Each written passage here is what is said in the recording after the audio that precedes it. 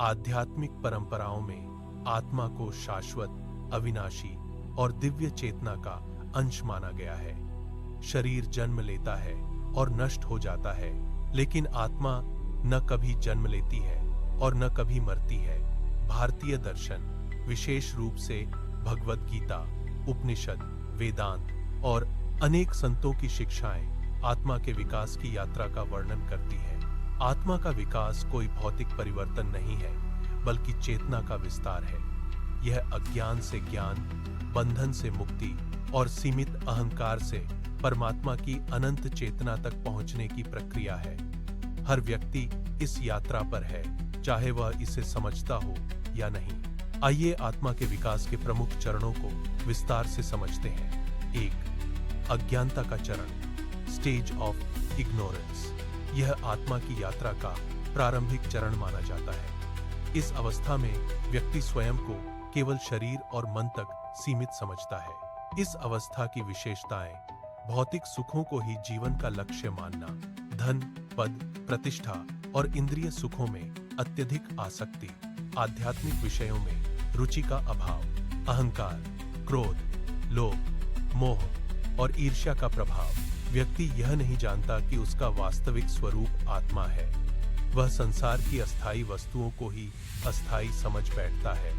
उदाहरण, जैसे कोई व्यक्ति स्वप्न में खो जाए और उसे यह याद न रहे कि वह वास्तव में कौन है। उसी प्रकार आत्मा इस चरण में अपने वास्तविक स्वरूप को भूल जाती है। 2. जागृति का चरण, स्पिरिचुअल अवेकनिंग। एक समय ऐसा आता है जब व्यक्ति के भीतर प्रश्न उठने लगते हैं। मैं कौन हूं? जीवन का उद्देश्य क्या है? मृत्यु के बाद क्या होता है? क्या केवल भौतिक सफलता ही जीवन है? यही प्रश्न आध्यात्मिक जागृति का संकेत होते हैं। जागृति कैसे होती है? किसी संत का सान्निध्य, आध्यात्मिक ग्रंथों का अध्ययन, जीवन की कठिन परिस्थितियां, ध्यान और साधना, ईश्वर की कृपा। इस अवस्था में व्यक्ति अनुभव करता है कि संसार के सुख स्थायी नहीं है। लक्षण आध्यात्मिक विषयों में रुचि बढ़ना, एकांत पसंद आने लगना, जीवन के गहरे अर्थ की खोज, ईश्वर और आत्मा के विषय में जिज्ञासा। 3. खोज और साधना का चरण, जागृति के बाद व्यक्ति सत्य की खोज में निकलता है। अब वह केवल प्रश्न नहीं करता, बल्कि उत्तर खोजने का प्रयास भी करता है।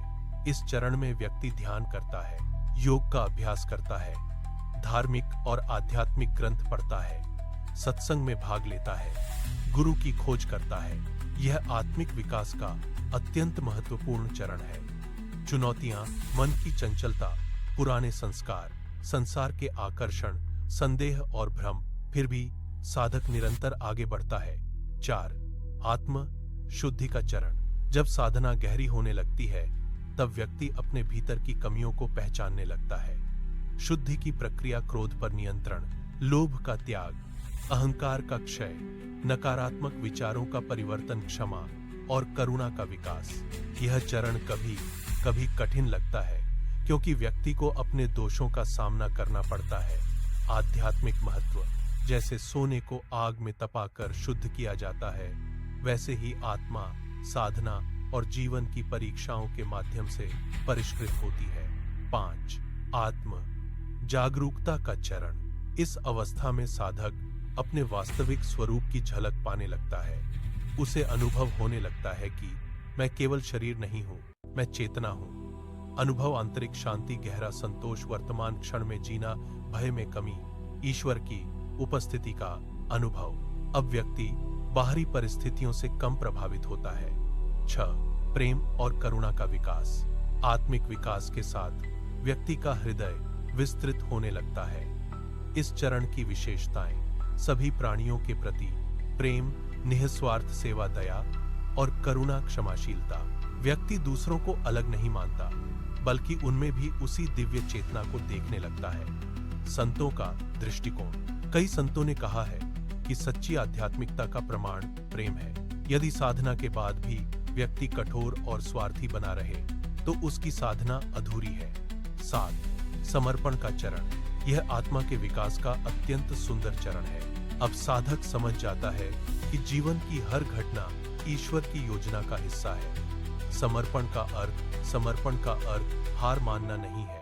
इसका अर्थ है ईश्वर पर पूर्ण विश्वास, परिणामों की चिंता छोड़ना, अहंकार का त्याग, परिणाम मानसिक तनाव में कमी, गहरी शांति, जीवन के प्रति स्वीकार्यता। 8 आत्म साक्षात्कार का चरण। यह वह अवस्था है जहां साधक प्रत्यक्ष रूप से अपने वास्तविक स्वरूप का अनुभव करता है। आत्म साक्षात्कार क्या है? यह केवल बौद्धिक ज्ञान नहीं है, यह प्रत्यक्ष अनुभूति है कि मैं शुद्ध, अनंत और अमर आत्मा हूं। इस अवस्था की विशेषताएं: भय का अंत, मृत्यु का डर, समाप्त, स्थायी, आनंदपूर्ण शांति। भारतीय ऋषियों ने इसे जीवन का सर्वोच्च लक्ष्य माना है। 9 ईश्वर साक्षात्कार का चरण। आत्म साक्षात्कार के बाद साधक परम सत्य का अनुभव करता है। वह समझता है कि आत्मा और परमात्मा अलग नहीं है।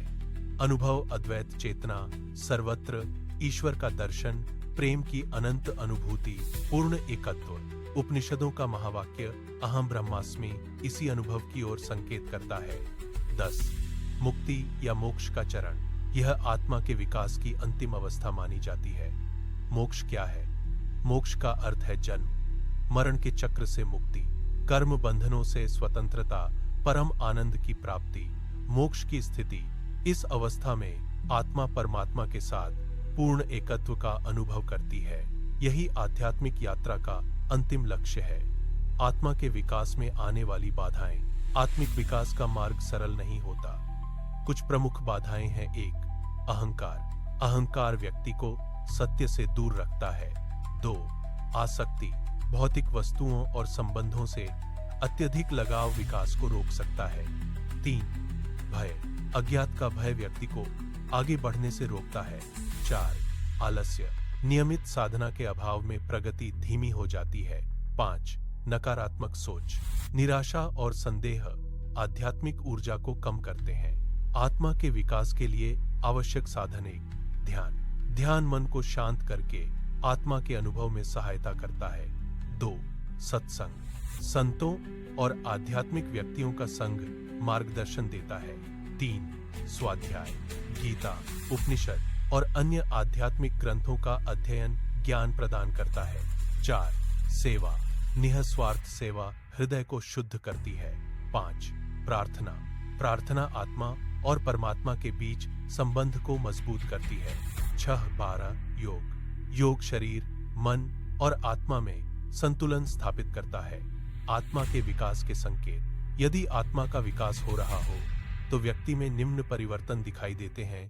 क्रोध कम होने लगता है, मन अधिक शांत रहता है, दूसरों के प्रति करुणा बढ़ती है, जीवन के प्रति सकारात्मक दृष्टिकोण विकसित होता है, आध्यात्मिक विषयों में रुचि बढ़ती है, अकेले रहने पर भी संतोष अनुभव होता है, भय और चिंता कम हो जाती है, ईश्वर पर विश्वास मजबूत होता है। निष्कर्ष, आत्मा का विकास एक लंबी और दिव्य यात्रा है। यह यात्रा अज्ञानता से शुरू होकर जागृति, साधना, आत्म शुद्धि, आत्म जागरूकता, प्रेम, समर्पण, आत्म साक्षात्कार और अंततः मोक्ष तक पहुंचती है। हर व्यक्ति इस मार्ग पर अपनी गति से आगे बढ़ रहा है। आध्यात्मिक विकास का उद्देश्य संसार से भागना नहीं, बल्कि संसार में रहते हुए अपनी दिव्य प्रकृति को पहचानना है। जब व्यक्ति अपने भीतर स्थित आत्मा को जान लेता है, तब उसे सच्ची शांति, आनंद और स्वतंत्रता प्राप्त होती है। अंततः आत्मा की यात्रा हमें यह सिखाती है कि हम केवल शरीर नहीं हैं, हम परम चेतना के अंश हैं। अपने वास्तविक स्वरूप को पहचानना ही जीवन की सबसे बड़ी उपलब्धि है। यही आत्मा के विकास का सार और मानव जीवन का सर्वोच्च लक्ष्य है।